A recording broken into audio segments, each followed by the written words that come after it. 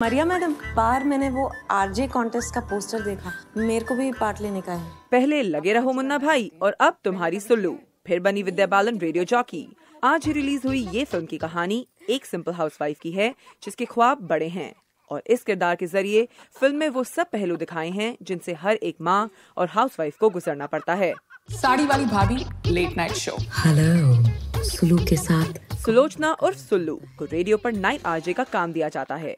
विद्या ने हमेशा की तरह इस रोल को भी बेहतरीन तरीके से निभाया और ऑडियंस को एंटरटेन किया है। सुलोचना जी, मुबारक हो आपको क्योंकि आपने जीता है प्रेशर कुकर। इस फैमिली कॉमेडी के डायरेक्टर हैं सुरेश त्रिवेणी, जिन्होंने खवातीन की बराबरी और आजादी के बारे में भी बात की है।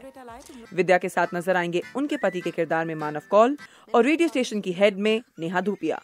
सुन मेरी रानी रानी बन मेरी रानी रानी शाहजहान में तेरा। दूसरे हाफ में थोड़ी खिंची हुई लगती है, लेकिन हमें तो ये फिल्म देखकर मजा आया। आपको कैसी लगी जरूर बताएं। शुचि जैन, उर्दू VOA।